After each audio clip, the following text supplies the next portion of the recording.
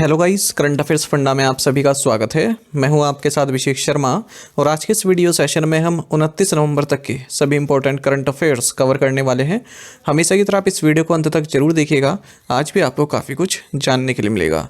Session की शुरुआत हमेशा की तरह क्वेश्चन ऑफ द डे से करते हैं। इसका आंसर आपको अभी कॉमेंट बॉक्स में करना होता है। तो पूछ रहे हैं कि who is the prime minister of Bhutan. Bhutan के प्राइम मिनिस्टर कौन है? ऑप्शंस देख लेते हैं। KP शर्मा ओली, लोपसांग सांगे, शेरिंग तोपके या फिर जिग्मे केसर नामग्याल वांगचुक। तो जल्दी से आप आंसर कर दीजिए, फिर हम आगे बढ़ते हैं। और इसी तरह के क्वेश्चंस यदि आप प्रैक्टिस करना चाहते हैं तो हमें टेलीग्राम पर जरूर ज्वाइन करें। करंट अफेयर्स फंडा नाम से हमारा टेलीग्राम चैनल है।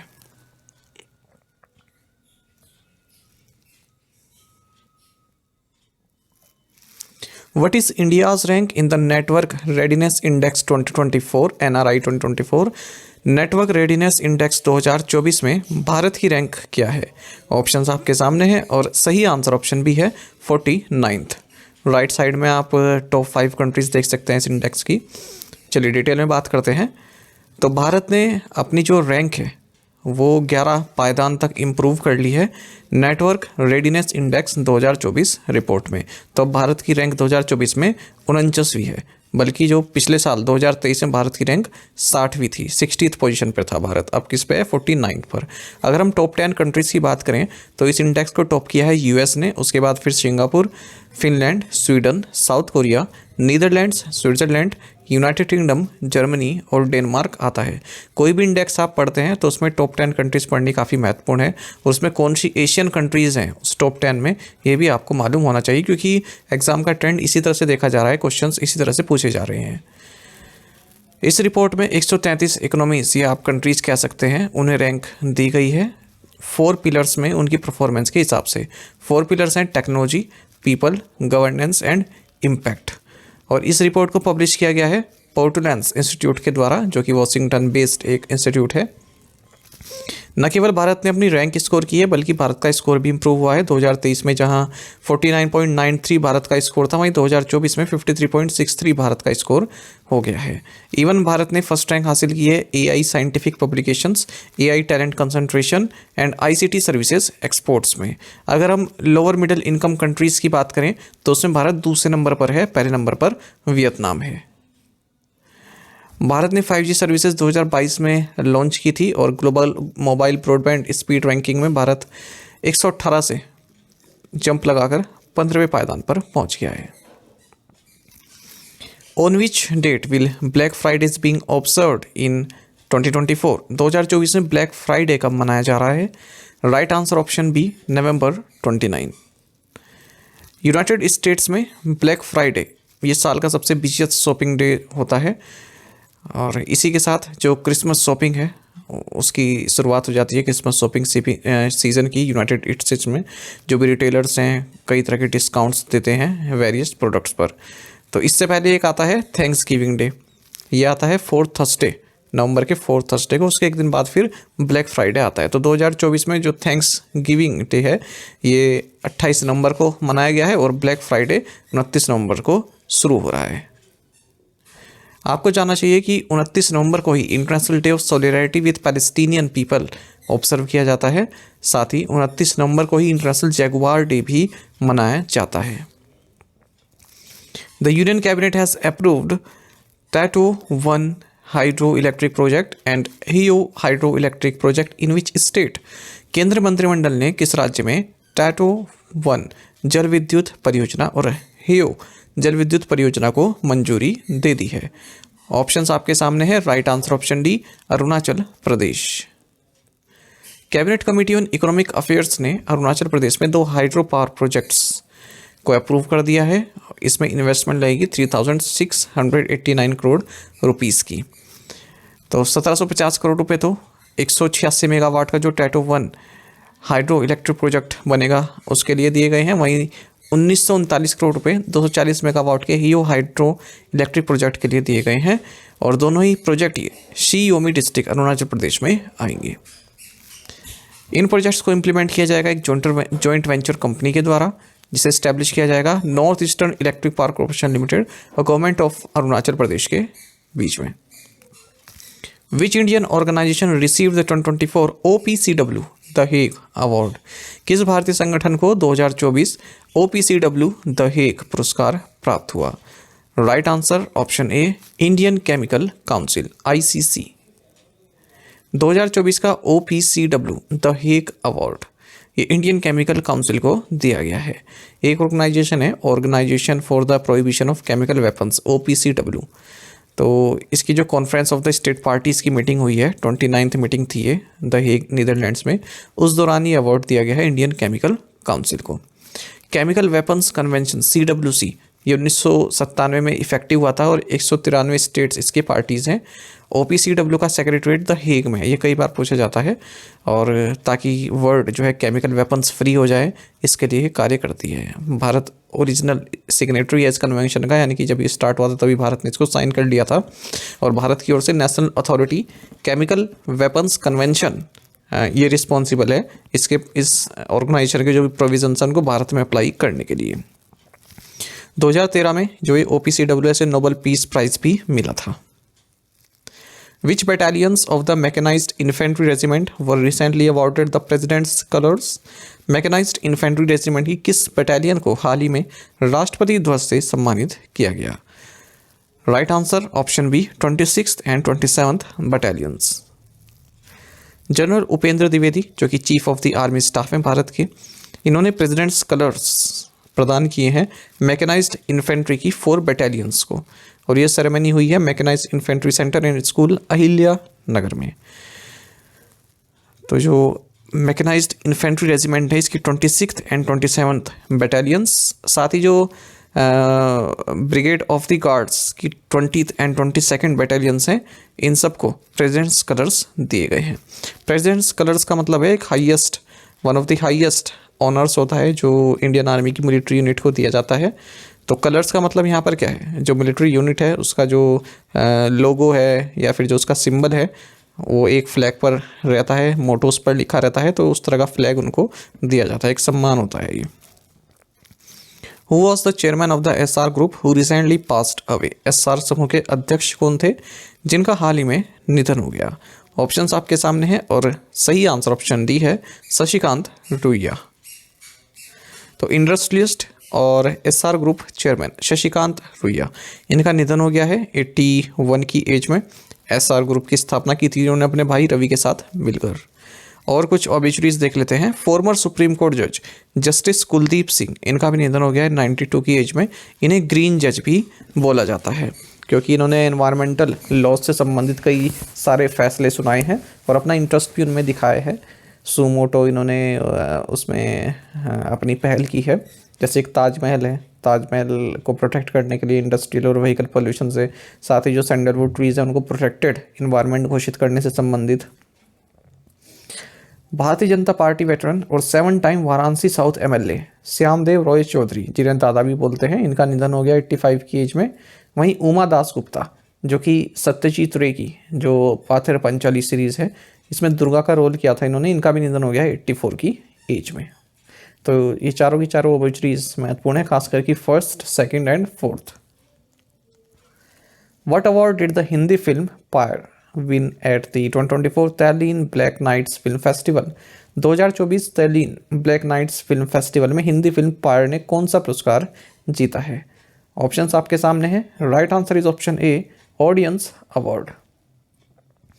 National award winning film maker Vinod कापरी, इनकी लेटेस्ट फिल्म आई पायर, इसने ऑडियंस अवार्ड जीता है 2024 Tallinn Black Nights Film Festival में। ये हिंदी फिल्म है एक, और एक एल्डरली कपल है कापरी में, जो 2017 में मिला मुंशियारी उत्तराखंड में। तो ट्रू स्टोरी पर ये बेस्ड है और ये इकलौती ऐसी इंडियन एंट्री थी इस फेस्टिवल में जिसे अवार्ड दिया गया है। और तैलीन आप जानते होंगे एस्टोनिया की कैपिटल है। देखिए हर चीज़ से आप कुछ ना कुछ सीख सकते हैं। मान लीजिए अवार्ड नहीं पूछा जाता है पर आपको ये तो पता हो, यहाँ से आपने तो सीखा कि एस्टोनिया की कैपिटल क्या है, तैलीन। एक और इसी तरह का अवार्ड देख लेते हैं। AR रहमान ने अपना एक बैकग्राउंड स्कोर दिया है, मतलब बैकग्राउंड म्यूजिक दिया था एक Malayalam film Aadu Jeevitham The Goat Life के लिए। तो यहाँ इन्हें 2024 Hollywood Music in Media Awards दिया गया है। बेस्ट बैकग्राउंड स्कोर मिला है इन्हें फॉरेन लैंग्वेज कैटेगरी में। Which agency banned Bajrang Punia for 4 years. पूछ रहे हैं कि किस एजेंसी ने बजरंग पुनिया पर 4 साल का प्रतिबंध लगाया है। ऑप्शंस आपके सामने है। Right answer is option C, National Anti Doping Agency, NADA जिसे बोलते हैं, इस तरह से वाडा भी होता है। Tokyo Olympics bronze medallist Bajrang Punia, इन्हें 4 साल के लिए बैन कर दिया गया है नेशनल एंटी डोपिंग एजेंसी के द्वारा, क्योंकि इन्होंने अपना यूरिन सैंपल डोप टेस्ट के लिए देने से मना कर दिया था। नाडा ने सबसे पहले इन्हें अप्रैल 23 को सस्पेंड किया था। उसके बाद फिर जो यूनाइटेड वर्ल्ड रेसलिंग है, इन्होंने भी इन्हें सैंक्शन कर दिया था। और 4 साल का बैन यानी कि अब इनका कैरियर लगभग ख़त्म ही है। तो खेल तो सकते ही नहीं है, मतलब पार्टिसिपेट तो कर ही नहीं सकते, साथ ही कोचिंग जॉब भी नहीं ले सकते। अच्छा, एक और आपको स्पोर्ट्स से संबंधित न्यूज़ जानना चाहिए। एमा मैक्यून, जो कि ऑस्ट्रेलिया की मोस्ट डेकोरेटेड ओलंपियन है, इन्होंने रिटायरमेंट ले लिया है स्विमिंग से और 14 ओलंपिक मेडल्स इन्होंने जीते हैं। Which ministry signed a project implementation agreement with the International Solar Alliance (ISA) to execute new solar projects in Fiji, Comoros, Madagascar and Seychelles? किस मंत्रालय ने फिजी, कोमोरोस, मेडागास्कर और सेशेल्स में नई सौर परियोजनाओं को निष्पादित करने के लिए अंतर्राष्ट्रीय सौर गठबंधन के साथ एक परियोजना कार्यान्वयन समझौते पर हस्ताक्षर किए? ऑप्शंस आपके सामने है। सही आंसर ऑप्शन सी है, मिनिस्ट्री ऑफ एक्सटर्नल अफेयर्स। देखिए, एक प्रोजेक्ट इंप्लीमेंटेशन एग्रीमेंट साइन किया गया है मिनिस्ट्री ऑफ एक्सटर्नल अफेयर्स और इंटरनेशनल सोलर अलायंस के बीच में, ताकि नए सोलर प्रोजेक्ट्स को एग्जीक्यूट किया जा सके Fiji, Comoros, Madagascar and Seychelles में। अच्छा, क्वाड लीडर्स की समिट हुई थी डेलावेयर यूएस में सितंबर में। वहाँ पर एक विल्मिंगटन डिक्लेरेशन साइन किया गया था, जिसमें कहा गया था कि जो भी हम क्वाड लीडर्स हैं, जो भी हमारे एलाइट्स हैं, मतलब एलाई हैं हमारे, या फिर जो भी पार्टनर हैं, तो उनकी हम मदद करें क्लीन एनर्जी सप्लाई चैन के लिए। क्लीन एनर्जी यानी कि सोलर एनर्जी, विंड एनर्जी, इस तरह के प्रोजेक्ट्स के लिए। तो उसी को आगे बढ़ाते हुए भारत ने ISA के साथ एक समझौता किया है इन कंट्रीज़ में सोलर प्रोजेक्ट्स एग्जीक्यूट करने के लिए।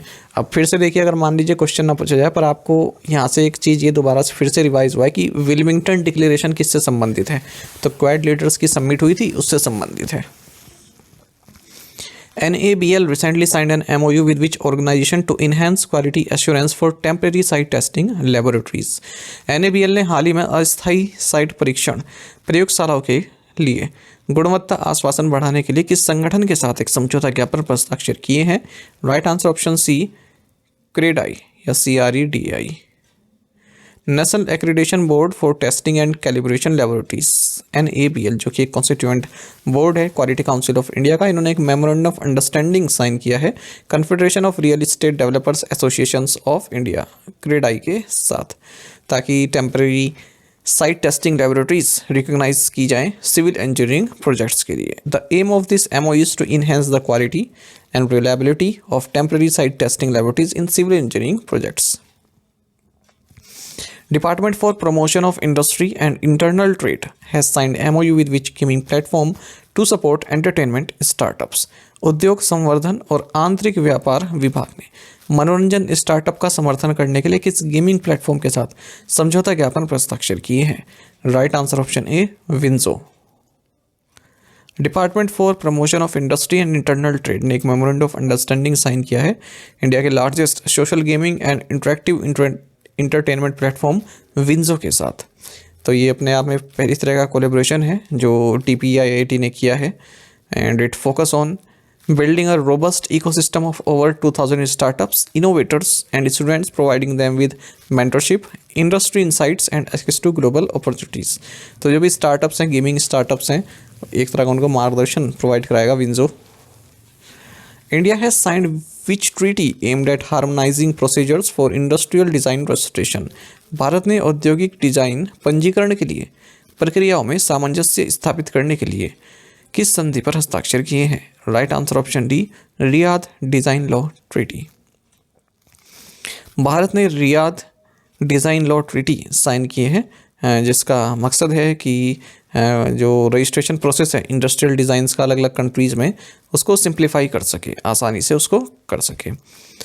तो 2 डेकेड के नेगोशिएशन के बाद जो वर्ल्ड इंटेलेक्चुअल प्रॉपर्टी ऑर्गेनाइजेशन वीपो है, इसके मेंबर स्टेट्स ने हाल ही में डिज़ाइन लो ट्रीटी DLT को अडॉप्ट किया है। The treaty also encourages contracting parties to work towards implementing electronic industrial design system and facilitating the electronic exchange of priority documents.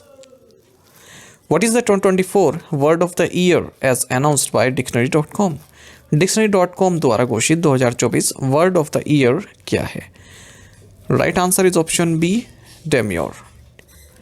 The popular online dictionary platform dictionary.com इन्होंने official announce किया है कि डेम्योर हमारा 2024 word of the year है और इसके use में 1200% की वृद्धि देखी गई है और डिक्शनरी में भी 200 बार इसको सर्च किया गया है। इसका मतलब है characterised by shyness and modesty reserved. अच्छा, कैम्ब्रिज डिक्शनरी का जो वर्ड ऑफ द ईयर है ये है मैनिफेस्ट। इसका मतलब है इजीली नोटिस्ड और ऑब्वियस या फिर to show something clearly through science और actions. The Institute of Chartered Accountants of India signed an MOU with the organization to promote commerce-based skill courses. Institute of Chartered Accountants of India ने वाणिज्य आधारित कौशल पाठ्यक्रमों को बढ़ावा देने के लिए किस संगठन के साथ एक समझौता ज्ञापन पर हस्ताक्षर किए हैं? Right answer option B, CBSE। Institute of chartered accountants of India ने मेमोरेंडम ऑफ अंडरस्टैंडिंग साइन किया है central board of secondary education CBSE के साथ, ताकि पूरे देश भर में जो कॉमर्स बेस्ड स्किल कोर्सेज हैं स्टूडेंट्स के लिए उनको प्रमोट किया जा सके। The partnership aims to foster cooperation between ICAI and CBSE to advance commerce oriented skills specifically in the banking, financial services and insurance sector. The 11th edition of the National Maritime Search and Rescue Exercise and Workshop was held in which city? राष्ट्रीय समुद्री खोज और बचाव अभ्यास एवं कार्यशाला का 11वां संस्करण किस शहर में आयोजित किया गया है? ऑप्शंस आपके सामने है। सही आंसर ऑप्शन ए है, Kochi. National Indian coast guard का जो national maritime search and rescue exercise and workshop है SAREX 24, इसका जो 11th एडिशन है ये हाल ही में national maritime search and rescue board के तहत कोची केरल में संपन्न किया गया है। इस इवेंट को इनॉग्रेट किया गया डिफेंस सेक्रेटरी राजेश कुमार सिंह के द्वारा और इस इवेंट का थीम रहा enhancing search and rescue capabilities through regional collaboration. Indian coast guard director general आप जानते ही होंगे कि S परमेश हैं। टू द पॉइंट क्वेश्चंस और उनके आंसर्स देख लेते हैं। Who launched this book why Bharat matters in Dubai UAE? Answer is external affairs mister S Jaishankar. Who is Aam Aadmi party's first and only winning MLA candidate in Jammu and Kashmir as of 2024? Mehraj Malik. Which mutual fund company launch momentum fund an open-ended equity scheme, Axis Mutual Fund? In which country did the youngest MP, Mike Clark, hold a Haka protest against the treaty principles bill? Answer is New Zealand. The highest number of MPs in both the Lok Sabha and the Rajya Sabha come from Uttar Pradesh, followed by Maharashtra. आप में से कई students ने बिल्कुल सही answer किया है, इसी तरह से आप पार्टिसिपेट करते रहिए। चलिए आज के असाइनमेंट क्वेश्चंस देख लेते हैं, इनका आंसर आपको भी कमेंट बॉक्स में करना है। Who is the Drugs Controller General of India? In which country was the 1992 Earth Summit held? According to recent data, which country is the largest importer of goods in the world? In which year did the 42nd Amendment to the Constitution add the words socialist and secular to the preamble? The third edition of Joint Defence Cooperation Committee meeting between India and Tanzania took place in which state?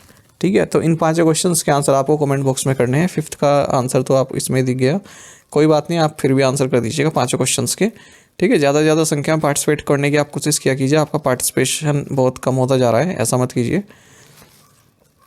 विजेता batch जो कि banking और special batch है हमारा complete available है current affairs funda app पर। इसे आप केवल 399 की कॉस्ट में 1 साल की वैलिडिटी के साथ प्राप्त कर सकते हैं।